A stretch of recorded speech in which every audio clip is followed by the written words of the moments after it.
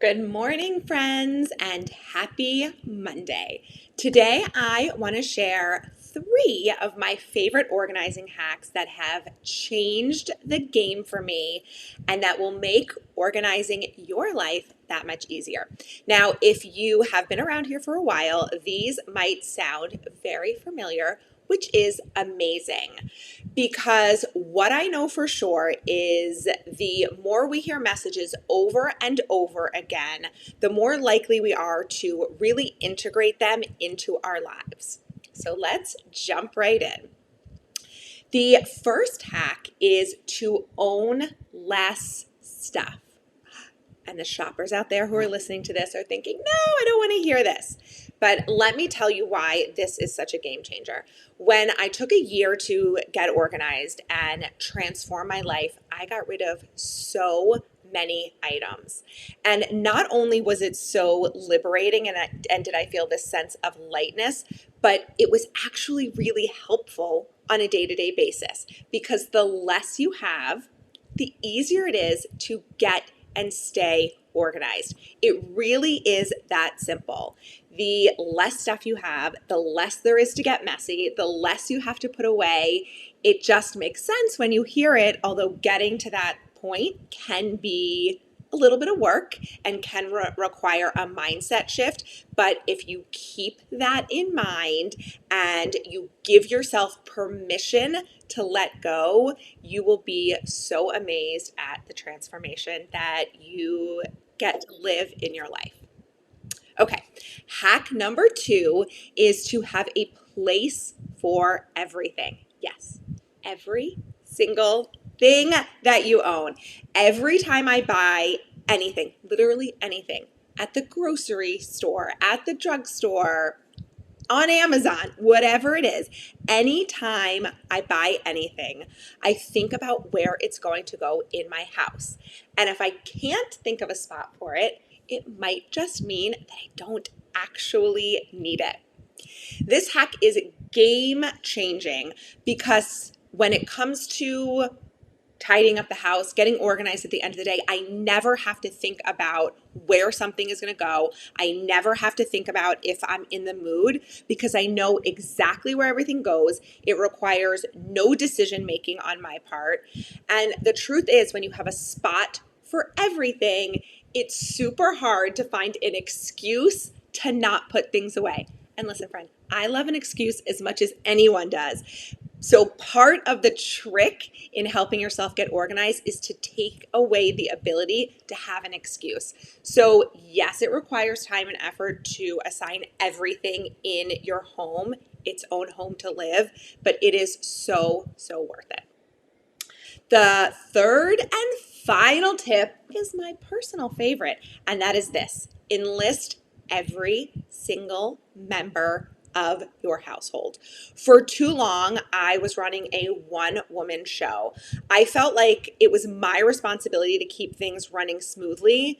Since I was one that wanted it neat, I felt like I was the one that had to keep it that way. It felt obvious to me. I was the only one that really cared to the degree that I wanted it neat, so I felt like it was my job.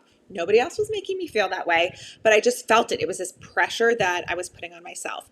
But eventually I realized that having an organized home truly benefits every single person that lives in it, which means everyone should and has to contribute to it.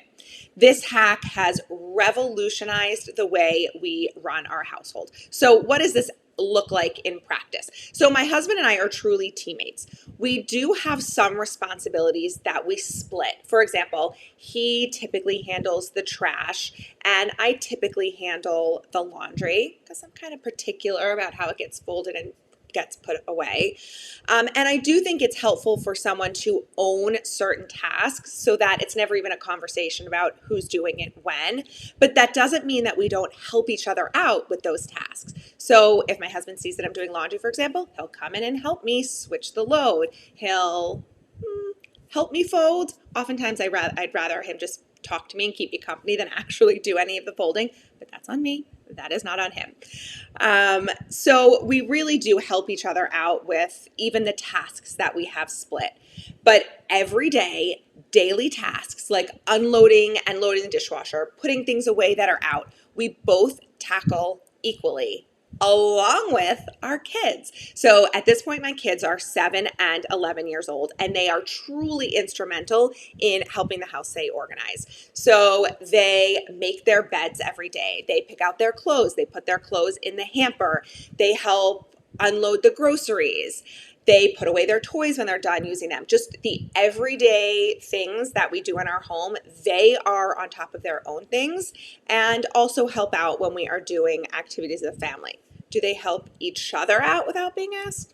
No, that we are working on. But let's also be realistic, friends. So I love this not only because it allows our home to be organized, but also it gives my kids a sense of pride in their ability to contribute to the greater cause of living in our house. And they get to play an active and important role in our family.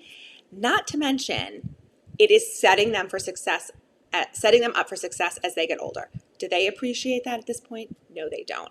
But their future roommates, their future partners will appreciate that. And they'll appreciate it in themselves that they know how to take care of their home. So many of my members in the membership are adults running their household and they don't know how to be organized because they were never taught. There's no shame in that. A lot of us weren't, but if we can learn now and model that for our kids, we know that we are then giving them the tools to be able to be organized adults. Now, I know many of you listening may have kids younger than mine, so set realistic expectations based on their ages, but it doesn't mean that even little ones can't do anything.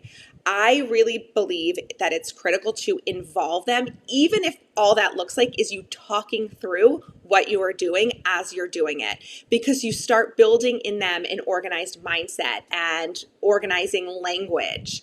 And our kids really do what they see us doing. So you know your kids best. Trust that you'll know when they're old enough to help out. My kids really started helping probably when they were 4-ish years old, but even when they were younger than that, they were putting their own toys away. But again, you know your kids, so do what feels right for you.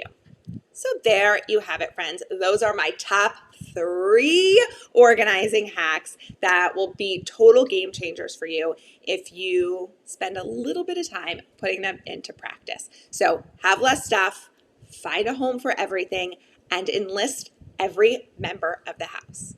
Let me know in the comments below which hack you found the most helpful, or if you have any other hacks of your own that you love. And I hope that you have a wonderful week.